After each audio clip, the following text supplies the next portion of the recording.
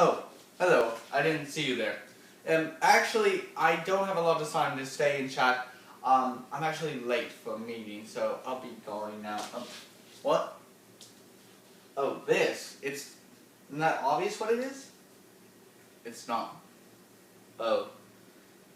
Okay, then. A little sad, but okay. It's the Lewis dot structure for fluorine. Now, I'll be on my way if you don't mind. You don't know what a Lewis dot structure is? Okay. Ignoring your high school education for a moment, I'll explain it quickly because I have a little time to spare. Okay.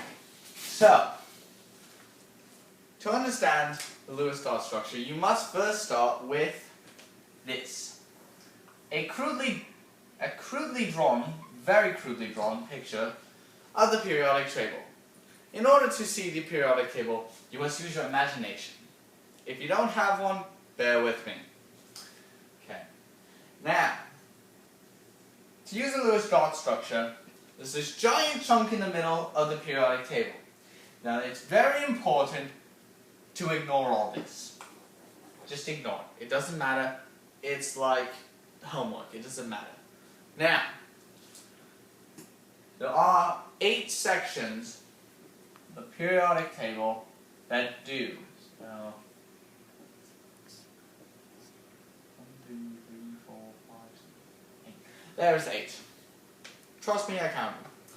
So there's 1, 2, 3, 4, 5, 6, 7, 8. There's 8 of them. Trust me, I counted them. You saw me. Now, all atoms want 8 in their outer shell. This group over here, number 8, is what we call the noble gases. They will have, so let's say this is your atom.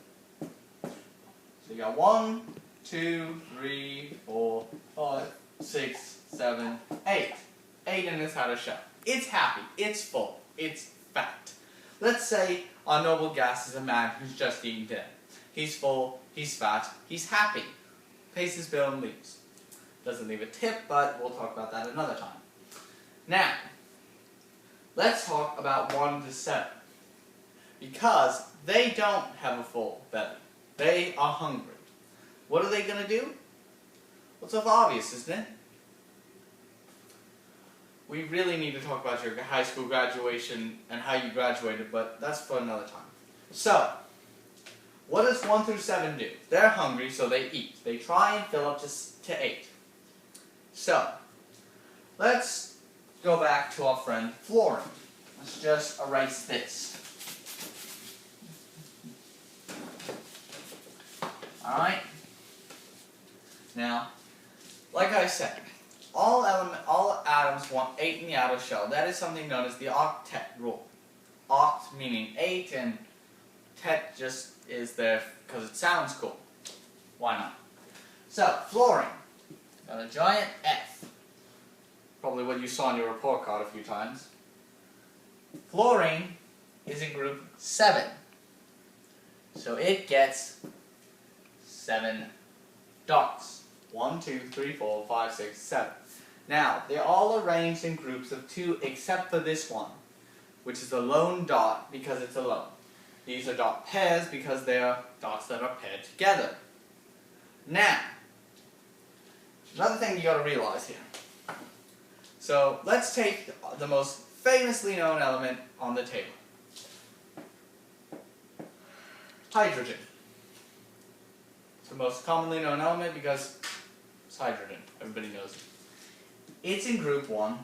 It has 1 dot. Fluorine, group 7, 7 dots. Hydrogen, group 1, 1 dot. It's going to take you a minute to see if you can't figure out the relationship between the number of dots and the group they're in. Remember, group 1, 1 dot, group 7, 7 dots. Ready? Think. You figured it out? Great. I hope everyone did. I see there's a few lost faces, but they'll catch up. So, hydrogen is in group 1, it gets 1 dot. Fluorine, group 7, 7 dots. The group it's in is the number of dots around it gets. Simple enough, right? Well, it's about that. That's about as simple as it gets. You want to know how many dots an element gets? Look at its group. Now, if you're looking at a Lewis dot structure between two elements that have combined, you're going to see something like this. But first, I must explain something about our friend hydrogen. Every element on the periodic table wants to get 8 in its outer shell, except hydrogen. It's weird, it only wants 2. Now, I'm going to show you something. I'm going to add one thing to this, and both these people will be happy. Ready? Watch. See that? Simple as that. Now, fluorine's happy, hydrogen's happy, everyone's happy. Now, you're probably thinking, wait, you just added a line. How does that change anything? Simple.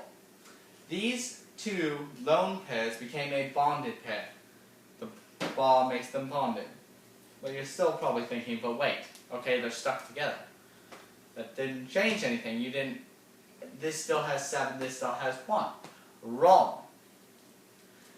1, 2, 3, 4, 5, 6, 7, 8. A bonded pair counts as 2 because it's 2 elements. Now let's think about it. I said that hydrogen wanted 2. 1, 2. 1, 2, 3, 4, 5, 6, 7, 8. Fluorine has 8. Hydrogen has 2. They are now happy.